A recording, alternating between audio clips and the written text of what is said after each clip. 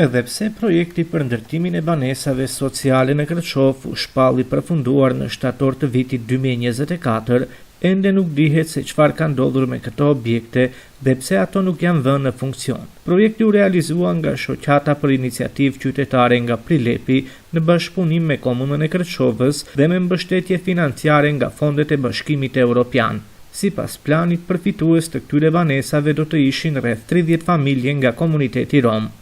Проектот програма за социјални станови за роми во Кичево е дел од ИПА-2 програмата на Европската Унија, а реализиран од Сдружение Центар за граѓанска иницијатива од Прилеп во партнерство со општина Кичево. Овој проект започна со реализација во 2021 година и во рамките на овој проект успешно се изградени 30 социјални станови, каде што се вдомени 30 ромски семејства или околу 150 лица. Ndërtesat edhe pse të ndërtuara në lagjen Ivan Idol, megjithatë ata vazhdojnë të mbeten të pashfrytzuara. Atë kohë u prezantua edhe një spot ku një familje rome ju dorëzuan çelsat e banesës së re. Благодарни сме на овие станови што ни ги дававте. Од и во Прилепска не се живеат. Благодариме од сите нас вака што сме. Фала ви за убајте станови. Друго нема што да се каже. За убајот живот што ќе го живееме во ова место. Në ndërkohë, banorët e lagjes Prilepska të Kërçovës, një zonë që shpesh përballet me përmbytjet për shkak të afërsisë me lumin e Zajazit, kërkojnë që banesat e premtuara të vihen në dispozicion të familjeve që kanë nevojë.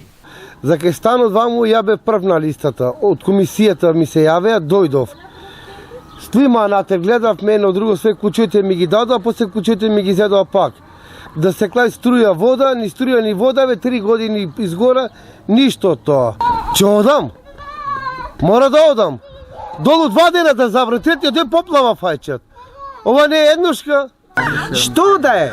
Барака, било што да ми дај, само да ме смешти.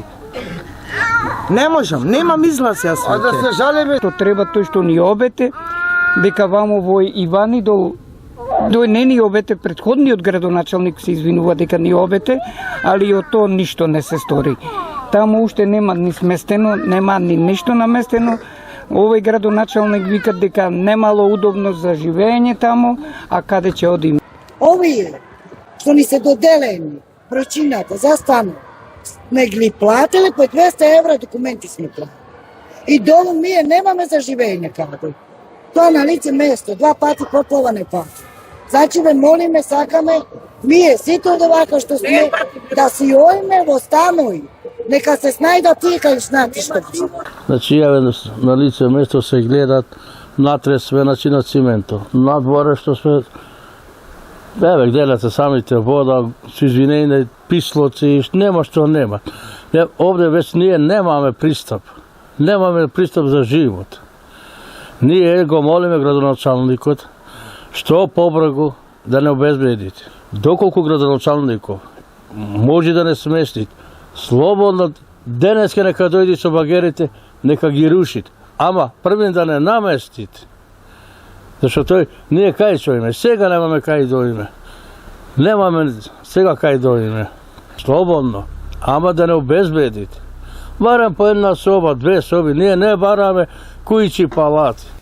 Së fundmi, kryetari i komunës së Kërçovës, Aleksandar Jovanovski, në një deklarat, tha se këto ndërtesa nuk janë të sigurta, pa dhënë më shumë detaje rreth gjendjes së tyre apo hapave të cilat do të ndërmerren më tej. Минатата администрација на локална самоуправа се обидела ги изградила тие станови со не знам, некаква си фирма од Битола, меѓутоа од она што го знам и од увидот што го направивме, таму нема струја, нема вода и нема технички прием.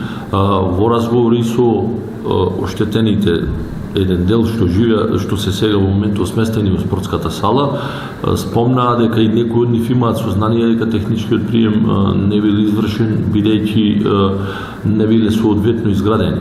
Така да од она јас што го знам на терен не е проблемот само да ги приклучиме на струја и да ги однесеме, меѓутоа стравувам дека може да се случи и поголема несреќа, доколку пошто тие се монтажни објекти, доколку нешто не е во ред, не знам, пред неколку години се изградени, ќе треба да се направи стручен увид, стручен надзор, да се побара инженерско мислење дали воопшто се употребливи, да не направиме уште поголема штета. Për të marrë më shumë informacione rreth kësaj çështje, televizioni Juskana i është drejtuar shoqatës për iniciativë qytetare, por deri në këtë moment nuk ka marrë asnjë përgjigje. Po ashtu, televizioni Juskana do t'i drejtohet edhe ambasadës së Bashkimit Evropian në Shkup, pasi projekti është financuar nga fondet e BE-s për të sqaruar situatën rreth këtyre banesave sociale.